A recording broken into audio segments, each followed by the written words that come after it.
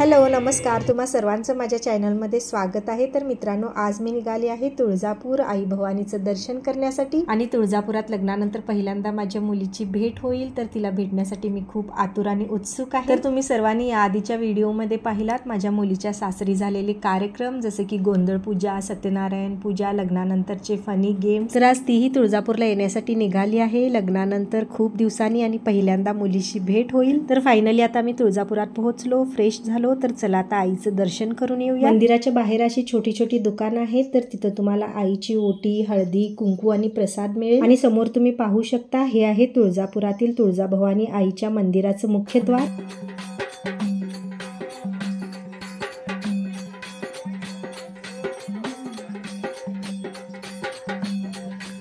तर आता मी तुम्हा सर्वांना तुळजापुरातील तुळजाभवानी आईचं मंदिर कसं आहे आणि मंदिराच्या गाभाऱ्यापर्यंत पोहोचेपर्यंत आपल्याला काय काय दिसेल याची माहिती देते। तुळजापुरात आई भवानीचं दर्शन करण्यासाठी आपल्याला मंदिरात थोडं खाली उतरावं लागेल।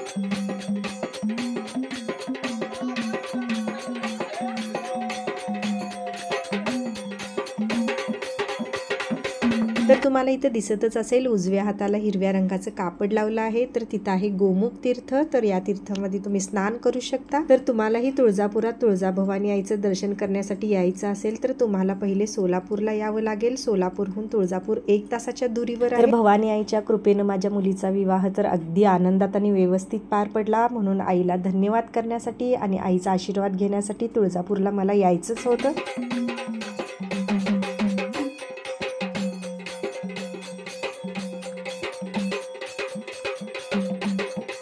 तर समोर आहे सिद्धिविनायक गणपतीचं मंदिर। तर सर्वप्रथम आपण सिद्धिविनायक गणपतीचा आशीर्वाद घेऊया।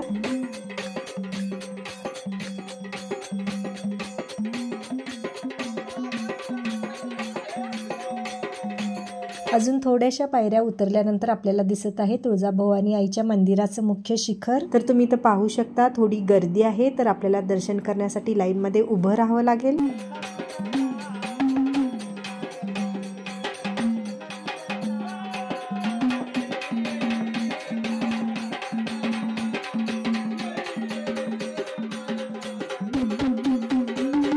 तर आज फक्त मी आई भवानीचं दर्शन करेन। उद्या सकाळी लवकर उठून पहाटे आपल्याला आईची अभिषेक पूजा करायची आहे, त्याच्यानंतर आईची ओटी भरायची आहे, आईला नैवेद्य दाखवायचा। तर तुम्ही इथं पाहू शकता, हे आहे तुळजापुरातील तुळजाभवानी आईच्या गाभाऱ्याचं मुख्य शिखर। तर शिखर दर्शनम सर्व पापनाशनम असं म्हणतात की शिखर दर्शन केल्यानं आपले सर्व पाप नाहीसे होतात। भवानी आईच्या दर्शनासाठी आम्हाला 1 तास रांगेमध्ये उभं राहावं लागलं। मित्रांनो, 1 तास रांगेमध्ये उभं राहिल्यावर गाभाऱ्यात जाऊन आईचं दर्शन करण्यात, आईचं स्वरूप पाहण्यात जो आनंद मिळतो ना, तो मी शब्दामध्ये व्यक्तच नाही करू शकत। तुळजापुरात भवानी आईचं दर्शन झाल्यानंतर मुलीशी थोड्या गप्पा मारल्या, नाश्ता केले, थोडे फोटोज घेतले, थोडे व्हिडिओज बनवले। त्याच्यानंतर आम्ही आमच्या गावी परत निघालो। तर माझ्या मुलीला पुढे खंडोबा जेजुरीला जायचं होतं, तर ते जेजुरीसाठी निघाले। आम्ही आमच्या घरी परत निघालो। माझ्या मुलीच्या सासरे अजून लग्नानंतरचे काही कार्यक्रम, पूजापाठ सुरूच आहेत। सर्व काही झाल्यानंतर ती माझ्याकडे थोड्या दिवसासाठी येईल। तर ती पहिल्यांदा माहेरी आलेला व्हिडिओ तुम्हाला पाहायचा असेल तर तुम्ही कमेंट करू शकता।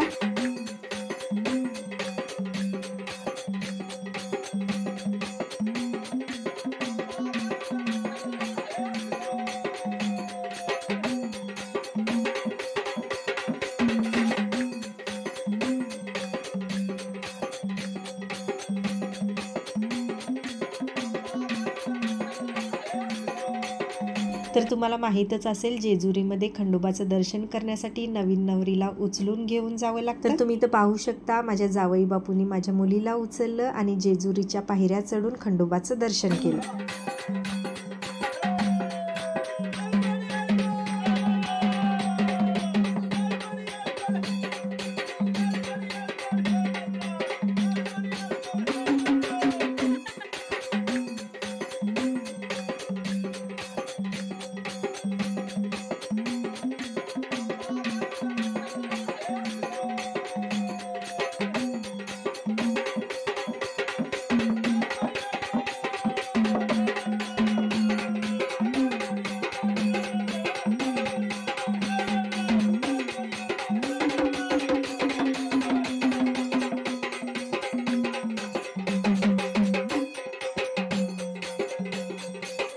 तर मित्रांनो, तुम्हाला हा व्हिडिओ कसा वाटला कमेंट करा, आवडला तर लाईक करा, चॅनलला अजून सबस्क्राईब नाही केला असेल तर सबस्क्राईब करून सपोर्ट करा। भेटूया अजून एक नवीन व्हिडिओ सोबत, तोपर्यंत सर्वांना नमस्कार।